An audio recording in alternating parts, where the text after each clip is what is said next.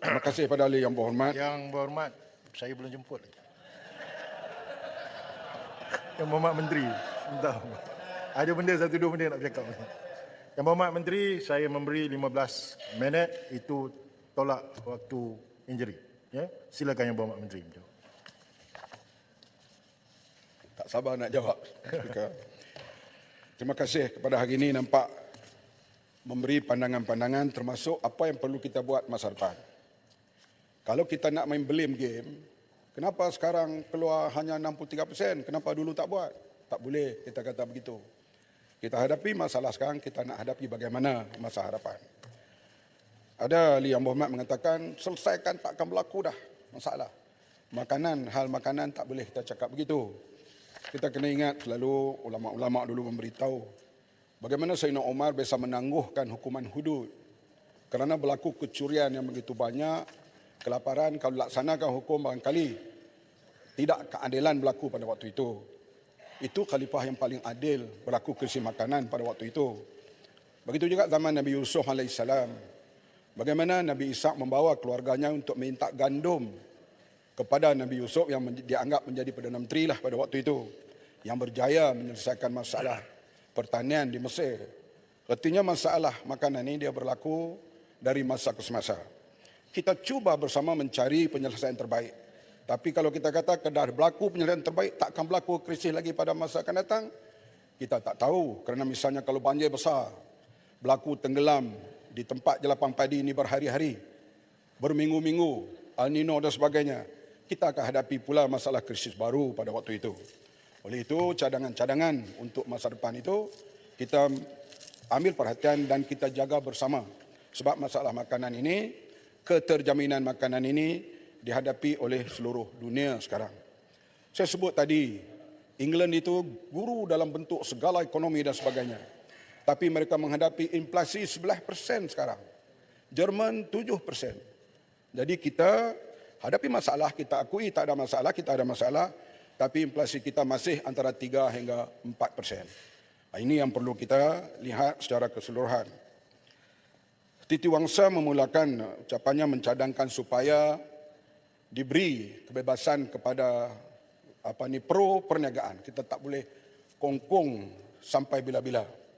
Oleh itu dicadangkan supaya misalnya harga padi dan sebagainya dapat shilling daripada padi 1,200 diangkat kepada yang lebih tinggi. Begitu juga bila harga beras nanti dicadangkan berada di sekitar RM3.20 untuk 1 kilo, yang sekarang RM2.60. Ini akan menyebabkan para pengguna akan merasai kenaikan harga itu. Beliau mencadangkan supaya B40 ini dibantu oleh kerajaan. Sebab kita nak menggalakkan penanam padi mendapat pendapatan yang lebih, dan juga pengilang padi juga tidak begitu merasa sengsara sekarang. Pengilang-pengilang yang kecil banyak yang tutup dengan perlawanan harga yang dinaikkan sampai 1,700. Maka kita lihat cadangan ini amat baik. Saya akan bekerja kalau boleh besok pagilah ke Kementerian Keuangan dan Perdana Menteri kalau dapat cadangan ini, kalau dapat dimasukkan dalam belanjawan kali ini. Ini cadangan yang baik yang boleh kita dapat melihat kestabilan yang akan berlaku kepada cadangan ini. Sebab sekarang ni hak keterjaminan makanan kita share dengan berbagai kementerian. Kementerian Pertanian, Kementerian Kos-Raya Hidup, Kementerian Ekonomi, Kementerian Keuangan yang paling utama. Ini yang kita letakkan. Tapi sebarang usaha untuk membantu para petani untuk meningkatkan pendapatan mereka, kita amat bersetuju. Saya sebut tadi SSR beras bagi tahun 2022 adalah 62.6% berbanding 65.2% bagi tahun 2021. Ini diperolehi berdasarkan jumlah pengeluaran beras pada tahun 2022 adalah 1.575 juta tan. Artinya berlaku sedikit kemerosotan pada tahun ini akibat daripada kurangnya penghasilan yang berlaku kepada toyan padi pada tahun ini. Fahma saya dah sebut tadi, dia adalah sikit nak bagi pandangan sikit. Terima kasih Yang Berhormat Ketua Raja. Saya rasa bersama perasaan dalam keadaan ini. Saya nak cadangkan. Sekarang ni kita punya stockpile yang kita simpan 250,000 tan. Yang mana memakan masa 6 bulan. Tetapi bila 4 bulan kita nak kena keluarkan. Kalau tidak dia akan jadi habuk. Jadi saya nak cadangkan. Selepas ini, Yang Berhormat Kota Raja, kita simpan padi. Padi ini dia boleh tahan sampai 4 tahun. Bila kita menghadapi krisis, kita keluarkan, kita mesin, kita keluarkan. Jadi kita boleh, dalam masa sebulan itu kita boleh tampung masalah yang kita hadapi. Ini pandangan saya lah, Yang Berhormat daripada Kota. Beras itu dia tak simpan sampai 6 bulan, dia ada rotation dia. Kalau dah simpan, yang lama dikeluarkan, pasaran kemudian dibawa simpanan baru. Supaya dia tak naik bubuk. Itu yang dijalankan sekarang ini. Jadi saya kata tadi iaitu kenapa beras putih ini kurang di pasaran, kerana ia dah diambil, diserap secara besarnya untuk tadi asrama polis, asrama pelajar, hospital, tentera dan sebagainya. Sekarang kita minta tempat-tempat itu pakai beras import dengan kerajaan memberi sedikit subsidi supaya beras tempatan ini dapat berada dalam pasaran lebih banyak, terutama untuk golongan B40.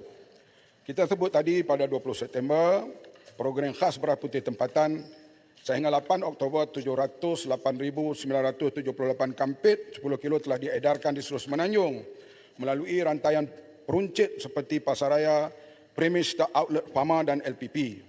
Pasaraya 423,816 kampit, Pama hanya 109,829 kampit, LPP 60,240, Pemborong 115,000. Ini menggambarkan Pama dan LPP hanya diberi peranan dalam tempoh intervensi. Sebab kita ketahuilah kalau berlaku kekurangan di kawasan pendalaman, siapa yang cepat kita hubungi? Maka Pama. Bila Pama pula kita tahu agensi kerajaan, mereka tak berdasarkan kepada keuntungan, dia berdasarkan kepada servis. Walaupun begitu, nak hantar semua perlu minyak, perlu sebagainya, maka kerajaan akan menanggung kos pengangkutan itu. Sebab itu antaranya kita guna agensi ini hanya untuk intervensi sementara. Boleh mencelah sikit? Boleh sikit kat pandangan Kota Raja berkenaan dengan kenyataan Paguh di Pelangai menyatakan bahawa tindakan bodoh mengarahkan Bernas untuk Fama untuk mengedarkan beras seluruh negara. Saya tak mau komen lah itu. Komen di luar parlimen, kita jawab di luar parlimen lah.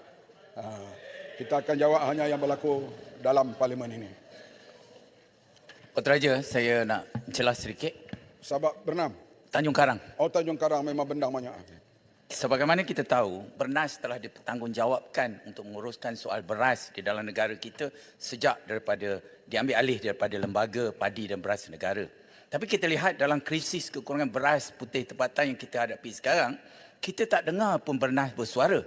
Di manakah tanggungjawab dan peranan Bernas itu sendiri?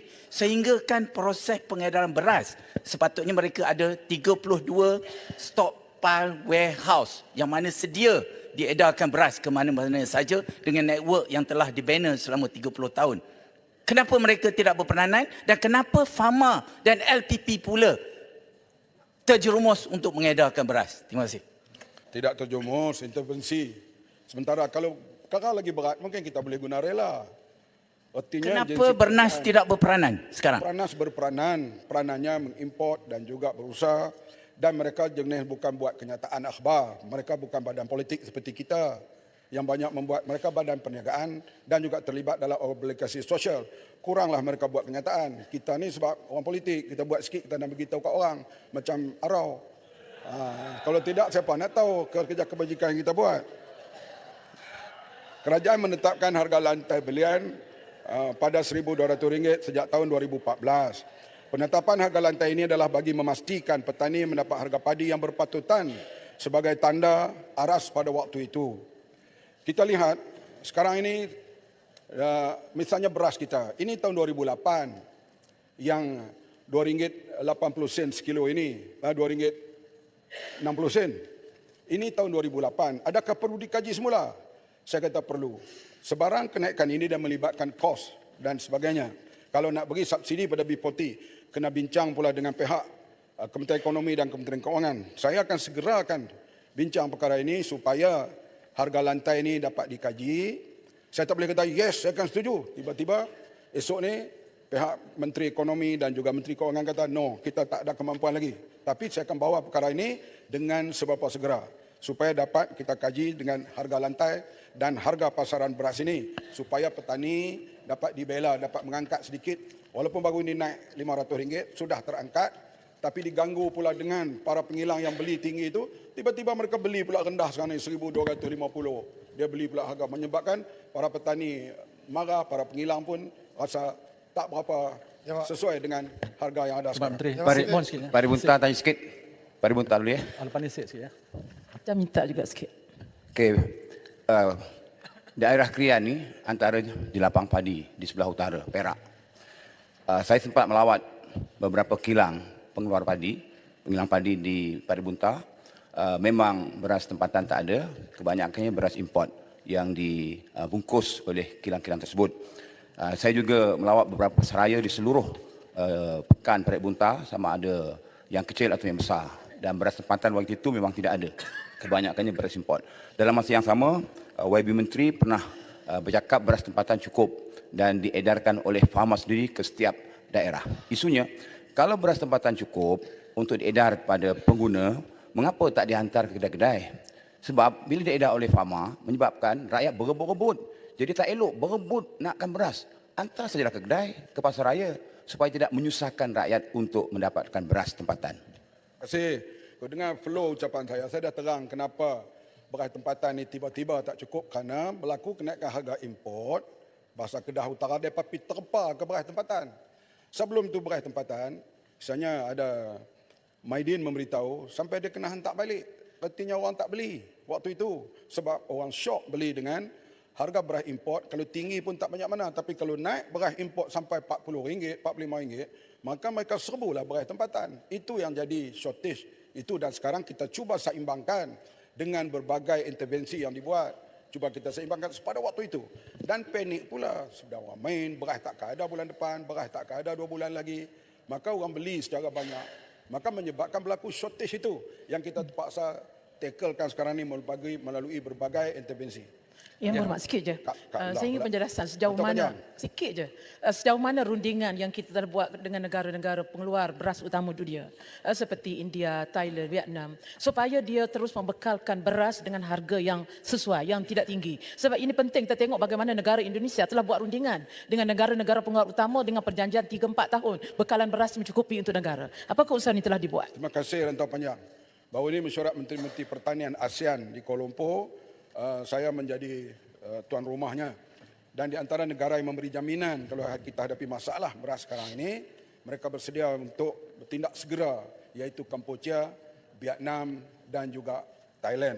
Dan mereka kita minta bagi harga yang berpatutan. Dan memang dalam kerjasama itu, di mana dalam negara ASEAN sudah ada persepahaman, iaitu utamakan negara ASEAN daripada negara-negara lain. Ini understanding yang dibuat dalam minggu lepas, bukan dengan perjanjian tetapi satu understanding dalam ASEAN ini kerjasama cukup baik antara satu negara dengan satu negara ASEAN. Ya, terima kasih sedikit Yang Berhormat Menteri, Menteri Tuan Speaker. Sikit ya, masa Saya mohon penjelasan Pak Menteri. Tadi yang Menteri sebut antara punca kekurangan supply beras tempatan kerana dibeli oleh premis-premis kerajaan. Jadi saya nampak saya kurang bersetuju lah ya. Kerana jumlah mereka perlu disebut berapa tan metrik yang telah diguna oleh premis kerajaan berbanding dengan isi rumah kita yang sangat lebih besar, lebih 1 juta tan ya.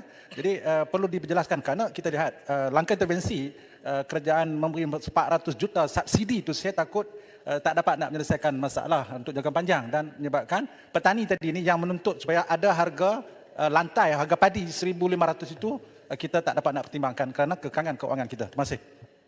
saya sebut tadi, langkah kita nak membanyakkan beras tempatan di pasaran, iaitulah agensi kerajaan tadi kita minta guna beras import. Maka kerajaan membantu atas beras import itu untuk beri kepada agensi-agensi kerajaan ini. Lebih kurang lebih daripada 5% yang digunakan beras tempatan di situ. 5% ni kalau masuk dalam pasaran, maka dia akan lebih banyak kepada B40 untuk membeli beras yang RM26 itu buat masa sekarang. Ya. Muar. Sedikit Muar. saja. Terima kasih. Terima kasih Yang Berhormat Menteri. Saya akan ucapkan terima kasih kepada pejabat menteri dan juga kementerian kerana memberikan muar data terkini berkenaan jumlah agihan beras di pasaraya.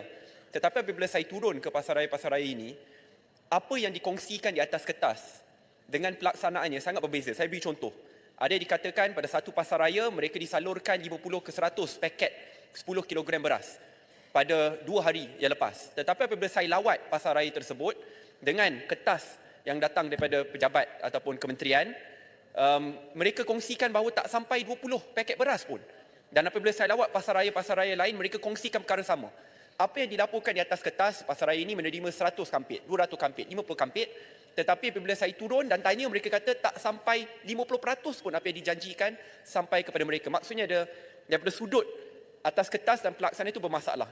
Saya ingin cadangkan satu perkara yang Berhormat Menteri. Kalau nak harapkan penguat kuasa saja, saya berjumpa dengan mereka yang turun ke muar, sangat sedikit jumlah dan saya kesian kepada mereka.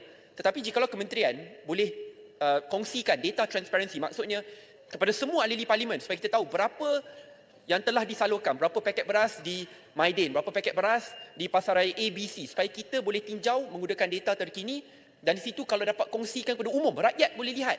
Di situ saya rasa lebih banyak ketelusan akan berlaku. Terima kasih. Terima kasih pandangan dan saranan daripada muar itu.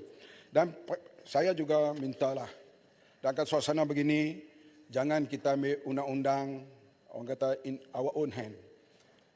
Kita ada yang jawatan kuasa di tubuh kami, bahagian padi dan beras, PDRM, Kementerian KPDNK, Makis, buat report kepada mereka, kalau nak serbu apa biarlah bersama dengan mereka.